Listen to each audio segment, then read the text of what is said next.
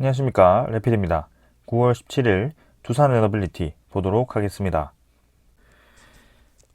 자, 오늘은 간단하게 우크라이나 재건 사업에 관해서 지금 이제 본격적으로 우리나라와 우크라이나가 협상을 시작했다는 것을 볼 수가 있었습니다. 그래서 주말 동안 그런 내용들이 좀 나와서 앞으로에 대한 두산 에너빌리티가 어떻게 이제 우크라이나 재건에 참여할 수 있는지, 어떤 사업들이 있는지 그런 것들을 한번 같이 살펴보도록 하겠습니다. 그리고 국외도 그렇지만 국내 시장도 지금 이제 에너지에 대한 시장이 확대되고 있고, 지금 이제 시간이 지나갈수록 전 세계적으로 에너지에 대한 수요가 늘어나면서 거기에 대한 발전 플랜트들이라든지 그런 이제 변압기라든지 혹은 전선이라든지 이런 수요들이 급격하게 늘어나고 있다는 것을 좀 이해를 잘 하셨으면 좋겠습니다.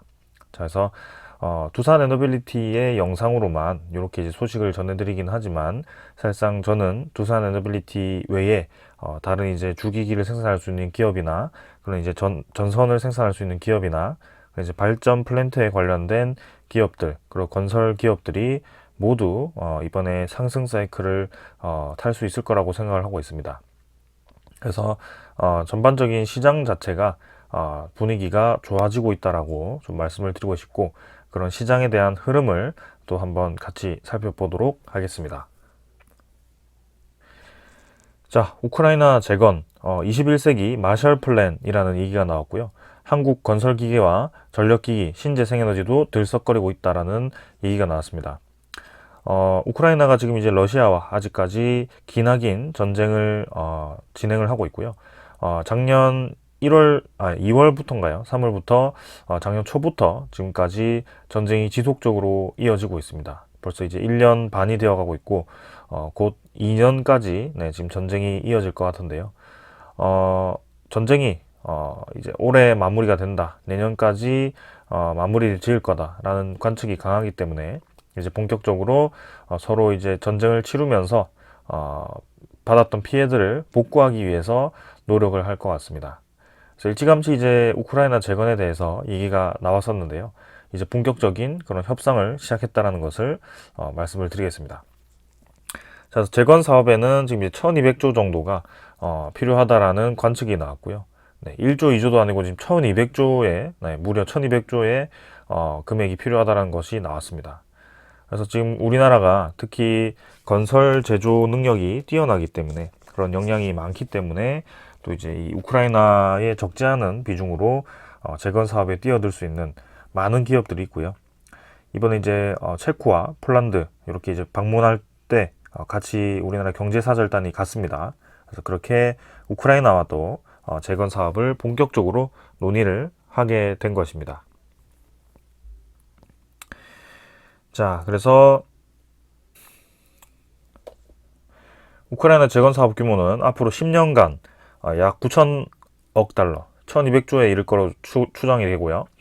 철도, 도로, 주택 등은 물론 에너지, 농업, 보건 등 광범위한 분야에 걸쳐서 수천 개의 프로젝트가 동시다발적으로 진행될 것으로 보인다고 했습니다. 특히 우크라이나 정부가 단순히 파괴된 시설을 전쟁으로 이전으로 복구하는 것을 넘어서 사회 기반 시설 전반을 현대화하겠다라는 계획을 세우고 있어서 디지털, 첨단 기술 분야에서 사업도 예상이 된다고 합니다. 자, 마셜 플랜이라는 것은 2차 세계대전 이후에 미국이 유럽 재건을 위해서 130억 달러를 투입한 원조 계획을 얘기를 하고 있고요. 이번에는 이제 제2의 마셜 플랜이라고 해서 우크라이나 재건을 위해서 저렇게 이제 많은 금액들이 투입이 된다라고 보시면 되겠습니다.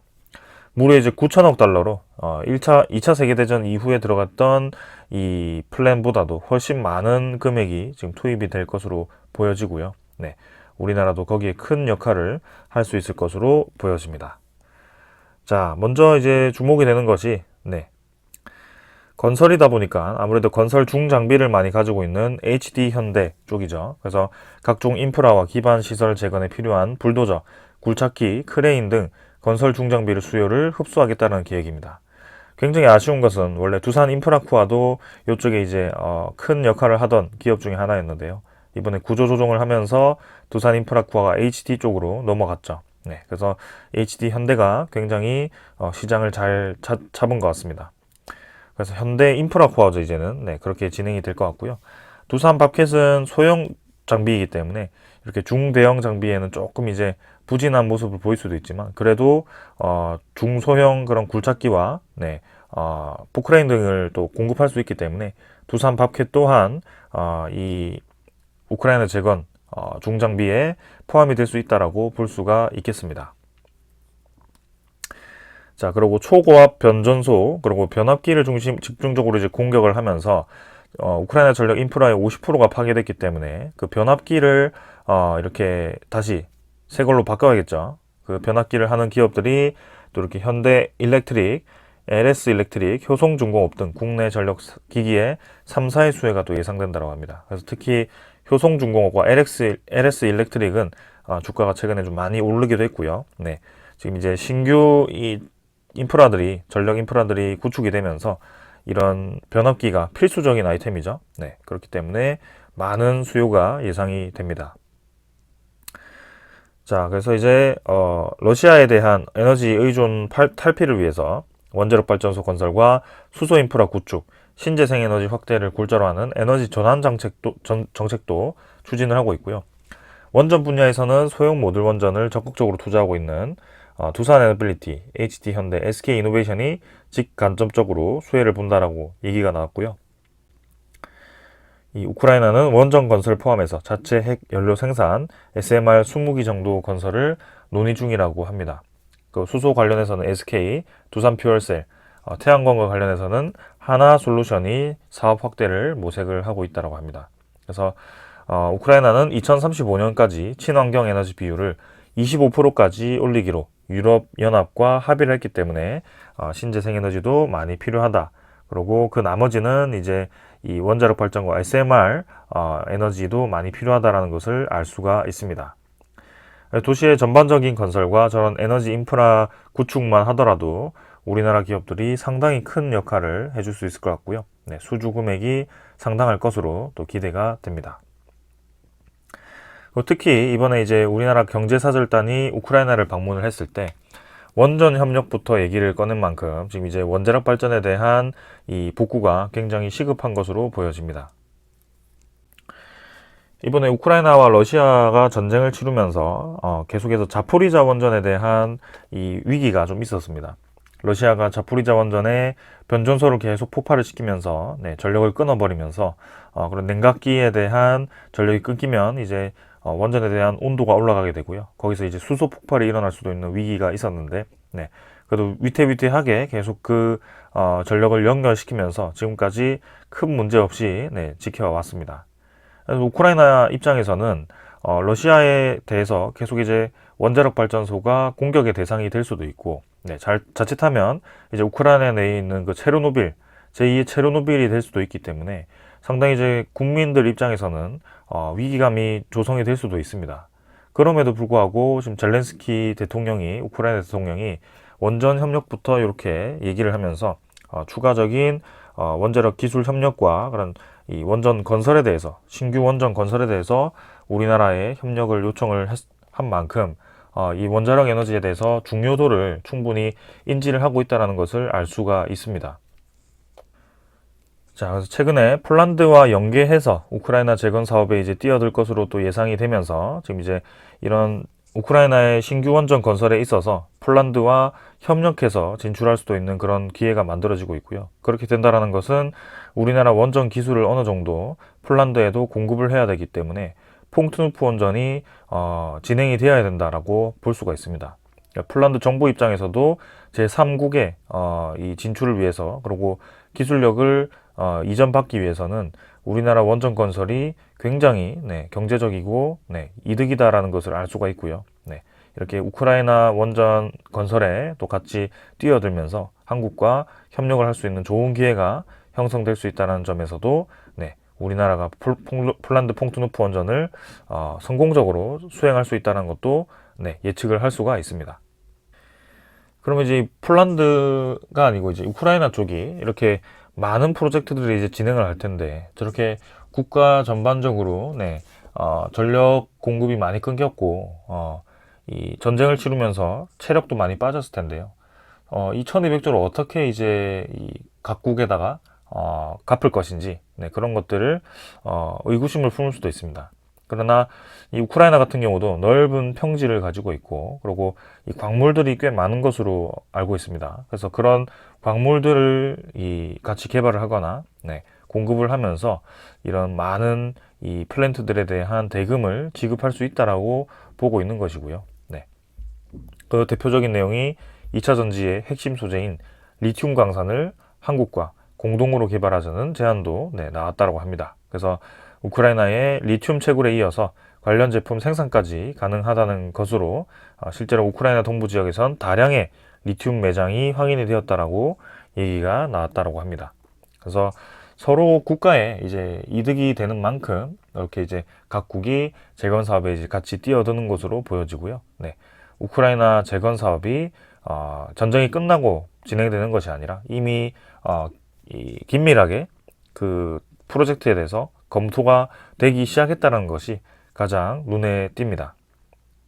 그래서 내용을 잠깐 보면 키우 교통 마스터 플랜, 우만시 스마트 시티 마스터 플랜, 뭐 공항 현대화, 하수 처리 시설, 카호우카 댐 재건 지원, 철도 노선 고속화,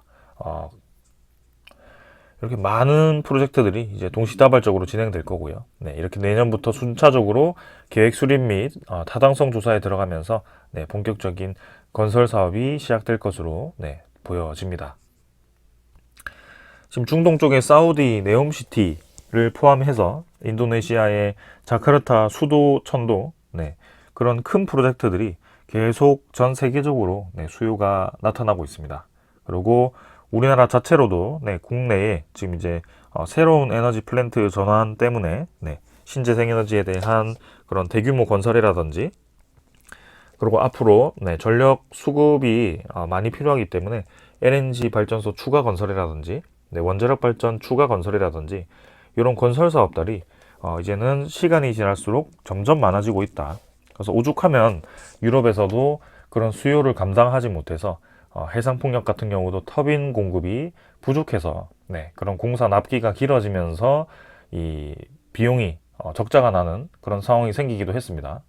너무 사업이 잘 되다 보니까 이 제조 역량이 부족한 상황이고요. 네, 그 제조 역량이 뛰어난 국가가 이제 한국이기 때문에 앞으로 최대 수혜가 될 수 있다라고 보고 있습니다. 그래서 두산 에너빌리티를 비롯한 관련 건설 기업들을 그리고 발전 플랜트 관련 기업들을 주목을 해야 된다라고 말씀을 드리고 싶고요. 주가가 최근에 많이 올라간 종목들은 조금 이제 신규로 투자하기는 좀 힘들기 때문에 아직까지 잘 올라가지 않았던, 네, 꾸역꾸역 눌러졌던 그런 기업들이 몇 개가 있을 겁니다. 그래서 그런 기업들이 이제는 관심을 받을 때가 다가오고 있다라고 말씀을 좀 드리고 싶습니다. 자, 그래서 두산 에너빌리티 입장에서는 대형 원전만 하더라도 지금 아주 많은 프로젝트들이 검토가 되고 있고요. 뭐 옛날부터 그런 검토 소식들은 들려왔는데 아직까지 제대로 수주한 거는 하나도 없다라고 말씀을 하실 수도 있지만, 이제는 이 수주에 가까워진 프로젝트들이 많다라는 것이, 네, 맞고요. 그렇게 이제 뜬구름처럼 하나도 진행되지 않고 뭐 계속 수주를 할 수 있을 것이다라고 막연하게 얘기하는 것이 아니라, 폴란드 원전 같은 경우는 이제 정부 차원에서 이미 기후환경부에다가 건설 승인 요청을 진행을 한 상황이고요. 프로젝트 승인 요청을 한 상황이고요. 프로젝트 승인이 되게 되면은 이제 합작사 설립을 하게 되고요. 그래서 한수원이 49%에 대한 지분을 가지고 추가 지분 투자를 해서 폴란드 쪽에 51% 지분과 합쳐서 이 합작사 설립을 하게 되면 이제 본격적인 원전 설계와 그 다음에, 네, 부지 공사를 하게 될 것입니다. 그래서 이 시기가 지금 이제 올해 안으로 진행될 가능성이 크다라고 보고 있고요. 이 승인 자체를 11월 말까지 진행한다라고 했기 때문에, 네, 곧 이제 소식이 나올 수 있을 것으로 보여집니다. 그래서 폴란드 원전 같은 경우는 이제 본계약 체결을 확실히 하는 것이 이제 내년이 될 수 있겠지만, 수의계약 형태로 이제 우리나라에 대한 건설 확정을 짓는 것을 올해 안으로, 네, 목표를 세우고 있기 때문에 충분히 기대할 만하다. 그리고 단순히 웨스팅하우스와의 소송 때문에 지금 이제 이 프로젝트가 진행되지 않는 것이 아니라, 네, 프로젝트가 지금 우리나라가 아니라 폴란드 정부 차원에서 지금 진행을 하기 위한 의지를 보이고 있습니다. 그래서 그걸 무시하고 지금 폴란드 정부 차원에서 승인 요청을 진행하면서 공식적인 절차를 수행하고 있기 때문에 우리나라 입장에서는 굉장히 든든한 상황이고요. 어떻게 보면 이제 이런 상황이 웨스팅하우스와 지금 한수원 간의 소송전에서 우리 한수원이 웨스팅하우스를 압박할 수 있는 그런 이 명분이 또 될 수도 있고요. 그리고 실제로 한수원이 최근에 이 소송이 해결되지 않더라도 폴란드에다가 원전 수출을 하기 위한 그런 법률 자문을 지금 구해놨습니다. 그래서 법무법인을 구해서 그런 최악의 상황까지 고려를 하고 있는 그런 상황이다라는 것을 알고 계시면 되고요. 체코 원전 같은 경우는 수출이 이제 미국 에너지부의 승인을 받아서 진행을 해야 된다라고 지금 거절을 당한 상황이지만 폴란드 퐁투누프 원전 같은 경우는 그렇게 진행되지 않았습니다. 민간 원전이기 때문에 실제로 이제 미국 정부 차원에서 그 퐁투누프 원전을 막을 수는 없는 것으로 보여지고요. 조금 다른 케이스다라는 것을 볼 수가 있습니다. 그래서 웨스팅하우스와 이제 한수원이 어떻게 이제 결론을 내는지, 결국에는 이제 중재 결과가 어떻게 되는지 조금 더 기다려 보도록 하겠습니다. 자, 그러고 우리나라가 이제 이 지분 49%를 투자하게 되면 실제로 이제 폴란드 원전은 반쪽짜리 수주가 아닌가, 결국 우리나라가 돈을 투자하는 게 아닌가라고 얘기하시는 분들도 있습니다. 그러나 이 웨스팅하우스 같은 경우도 지분 49%를 똑같이 투자를 해서 정부 차원의 6기를 건설하기로 되어 있고요. 이미 합작사 설립 이후에 그렇게 수주를 진행을 했습니다. 그래서 웨스팅하우스도 지금 올해 말까지 이제 건설 승인을 기다리고 있는 상황이고요. 웨스팅하우스가 건설 승인이 났을 때는 이 6기를 이제 건설을 시작해야 됩니다. 그래서 과연 이 6기에 대한 주기기를 누구에게 맡길 것인가를 주목을 해야 되고요. 그 주기기를 최근에 생산했던 기업이 두산이기 때문에 두산에다가 똑같이 맡길 가능성도 충분히 있다라는 점. 그리고 그러면 두산에너빌리티 입장에서는 웨스팅하우스 단독 수주에도 들어가게 되고 한수원 단독 수주에도 들어가게 되고, 그렇기 때문에 양쪽 다 저울질을 할 수 있는 상황입니다. 그리고 한수원 입장에서는 어떻게 보면 이제 두산에너빌리티가 K원전의 파트너이기 때문에 그런 이 제조 역량을 우리 쪽에서 쥐고 있다는 것을 또 강조를 한다면 또 좋은 협상의 결과를 낼 수도 있지 않을까라는 생각을 해봅니다. 자, 그래서 이렇게 이제 결과가 좀 이제 결론이 나면 자연스럽게 다음 프로젝트인 체코 원전이라든지 뭐 우크라이나 원전이라든지 뭐 이런 것들이 다 이제 자연스럽게 실마리가 잘 풀릴 것 같고요. 저거 이외에도 영국 원전, 그죠? 영국 원전, 티르키예 원전, 그죠? 그 다음에 우간다 원전, 그 다음에 네덜란드 원전. 네덜란드는 뭐 본격적인 추진은 아직 진행하지 않았지만 분명히 진행될 것으로 2기 정도로 구체적으로 얘기가 됐습니다. 그래서 아직까지는 그 시기 정도는 기다려봐야 될 것 같고요. 그 다음에 사우디 원전, 그 다음에 카자흐스탄 원전, 그 다음에 스웨덴 원전. 이렇게 이제 제가 생각나는 것만 쭉 적어봤습니다. 사실 더 있을 것 같거든요. 근데 이 원전 국가들의 공통점이 뭔지 아십니까? 프로젝트 진행의 건설 모델이 1400메가와트급입니다. 웨스팅하우스 같은 경우는 1400메가와트급을 생산할 수 없고요. 1100메가와트급 정도를 생산할 수 있습니다. 그리고 두코반이 1200메가와트급까지 생산할 수 있다고 이제 입찰에 뛰어든 거고요. 1400메가와트급은 지금 이제 중국, 그 다음에 러시아, 한국, 이렇게, 그리고 EDF, 네 기업이 이렇게 진행할 수가 있습니다. 그렇다면 이 미국 입장에서, 웨스팅하우스 입장에서는 중국과 러시아를 이제 아무래도 견제를 하고 싶거든요. 이 한국을 견제를 해버리면 남은 게 이제 EDF인데, 사실상 EDF가 중국과 러시아에 대해서 기술력이 뛰어나지 않고요. 오히려 단가적으로는 이제 중국 쪽으로 많이 밀립니다. 중국이 지금 우리나라 원전 기술과 비교해도 뒤지지 않을 만큼 지금 이제 단가가 굉장히 낮고요. 우리나라와 지금 사우디 쪽에서도 2파전으로 진행을 하고 있습니다. 그래서 단가가 상당히 낮기 때문에 우리나라 입장에서도 굉장히 이제 1대1로 붙었을 때 어디가 이길지 모를 만큼 네, 그렇게 상당히 경제적이기도 하고 그리고 많은 원전을 지었음에도 큰 사고 이력이 없습니다. 중국도. 그래서 기술력이 그만큼 있다라고 보여지고요. 아무튼 제가 말씀드린 것은 웨이스팅하우스 입장에서는 지금 단독으로 수행할 수 없는 이 원전 프로젝트들이 많다라는 것입니다. 그래서 우리나라의 수출 제한을 이 많은 국가들을 다 진행했을 때는 결국에는 미국이 의도하는 대로 진행될 수가 없고요. 이 중국, 러시아가 어부지리로 네, 많은 프로젝트들을 가져갈 가능성이 크기 때문에 결국에는 수주가 아니고 네, 협의를 해야 된다. 합의를 해야 된다라는 게 제 생각입니다.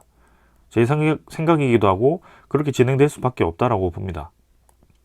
근데 그거를 이제 뭐 1년, 2년 끌어가지고 이 프로젝트들이 원활하게 진행되지 못하게 했을 때는 상당히 이제 타격이 크기 때문에 저는 조만간 이 합의가 진행돼야 된다라고 보고 있고요.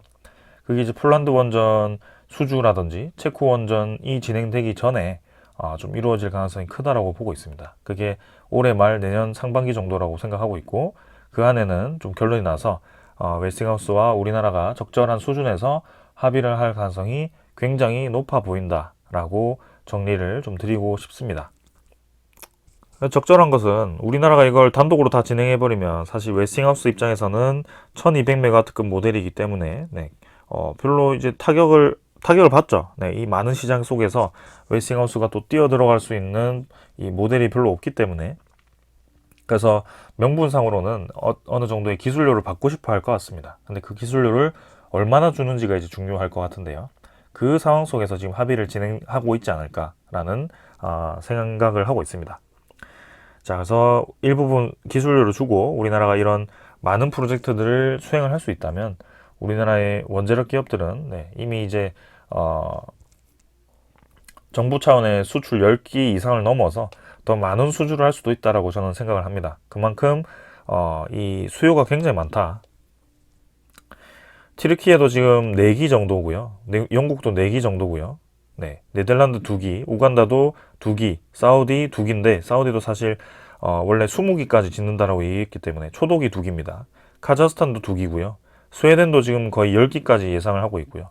우리나라 국내 시장도 지금 이제 4기에서 6기 신규 건설을 검토를 하고 있고요. 네, 미국도 마찬가지고 지금 일본도 다시 원전을 짓는다라고 하고요. 네, 중국, 러시아도 국내에 원전을 짓는다고 하고요.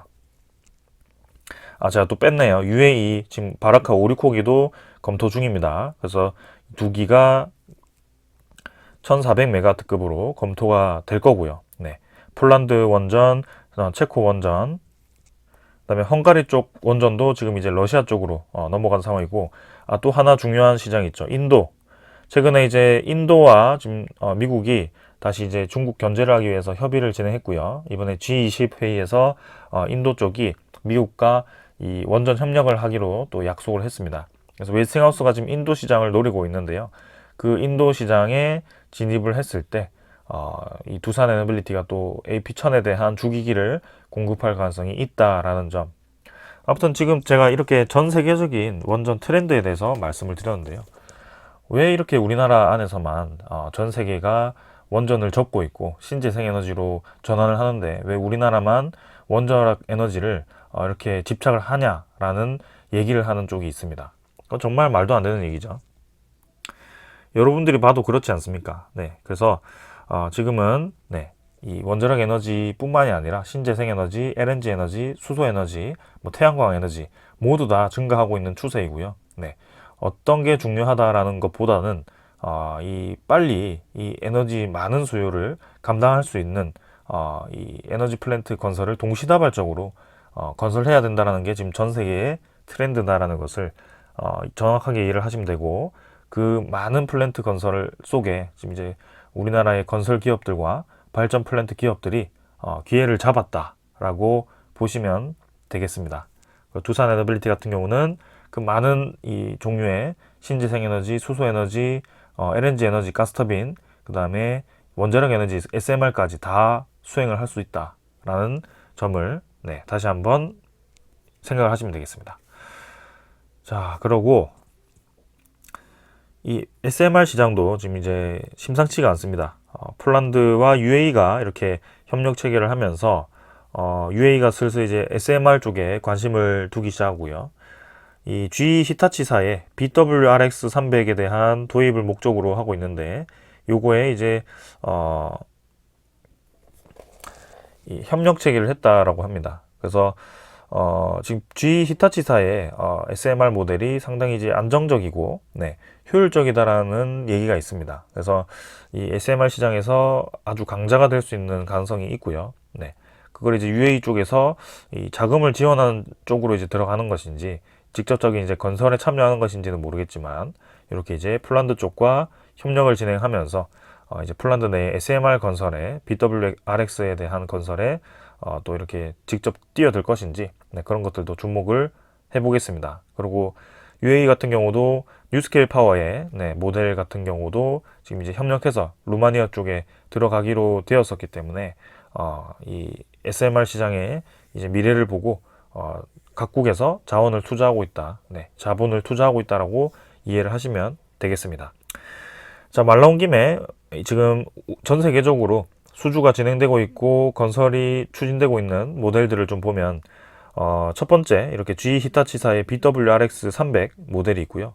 두 번째는 이제 뉴스케일 파워의 보이저죠. 462메가와트급인가요? 78메가와트급을 6개 짓는, 네, 그 모델이고요. 그 다음에 세 번째가 홀텍사죠. 홀텍사 현대건설이 추진하고 있는 160메가와트급 모델 을 또 이렇게 많이 도입을 하고 있습니다. 그리고 이제 네 번째는 엑스에너지의 XE100인가요? 네, 그 이제 고온 에너지를 이용한, 네, 헬륨가스를 이용한 그 고온 에너지를 이용한 이 SMR인데요. 그 엑스에너지는 조금 더 시간이 필요해 봅니다. 그러나 계속해서 투자금을 지원받고 있고요. 올 하반기에는 이제 나스닥 상장을 위해서 준비를 할 것으로 좀 얘기가 나왔었는데, 아직까지는 얘기는 없습니다. 그 다음 모델은 이제 테라파워 모델, 그 다음 우리나라도 이제 ISMR이라고 해서 110메가와트급, 뭐 170메가와트급, 뭐 이렇게 두 가지 모델로 진행을 하고 있는데, 일단은 전 세계적으로 이렇게 모델을 만들어서 공급을 하려고 하고 있다. 그 중에 가장 많이 들리는 게 BWRX, 뉴스케일 파워, 홀텍 모델, 이 세 개 정도가 될 것 같습니다. 네, 두산 에너빌리티는 이 두 번째 뉴스케일 파워 모델에 투입이 되었고요. 네, 그 다음에 이제 엑스에너지까지 한다면 매년, 네, SMR에 대한 수주는 거의 안정적으로 나올 수 있을 것 같다라고 보여집니다. 자, 이렇게 전반적으로 지금 이제 전 세계적으로 대형 원전 건설과 SMR 건설이 본격화되고 있다는 것을 말씀을 드렸고, 그 기점으로 지금 우크라이나 재건이라든지 이렇게 뭐 사우디 네옴시티라든지 그런 아주 큰 건설 프로젝트들과, 그 다음에 전 세계적으로 에너지 수요가 높아졌기 때문에 이렇게 많은 프로젝트들이 동시다발적으로 진행된다는 것을 다시 한번 정리를 하겠습니다.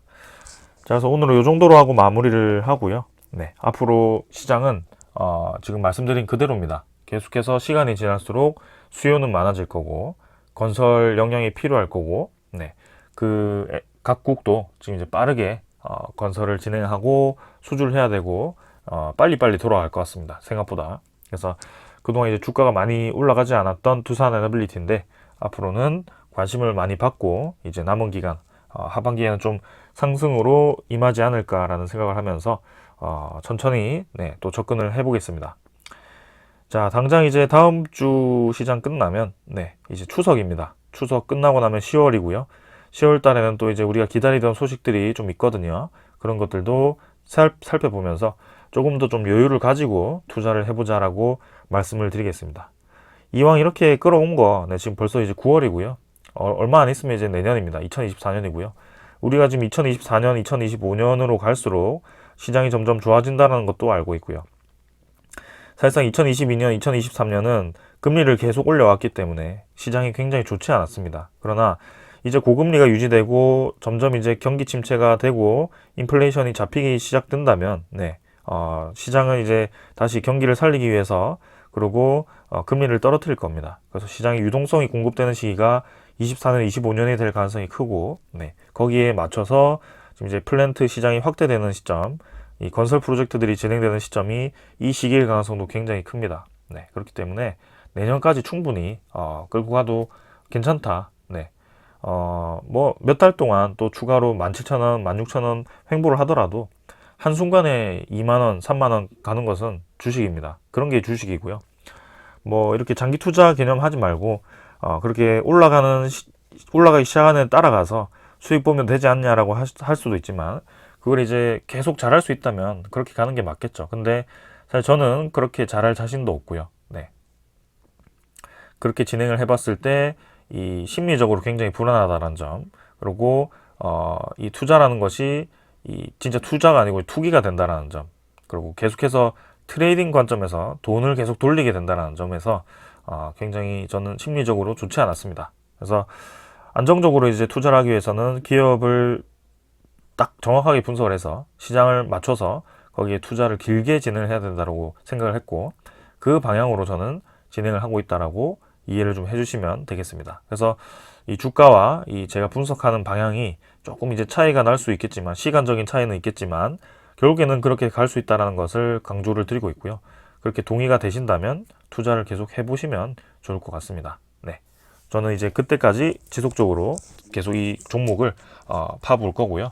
지금 이제 나름 나머지 종목들도 좀 보고 있는데, 일단은 회원들 위주로만 그런 이 새로운 종목들에 대해서 가끔씩 언급을 드리고 있긴 합니다. 그래서 추후에 또 이제 기회가 된다면 다른 종목들도 같이 한번 살펴보는 기회를 가져보도록 하겠습니다.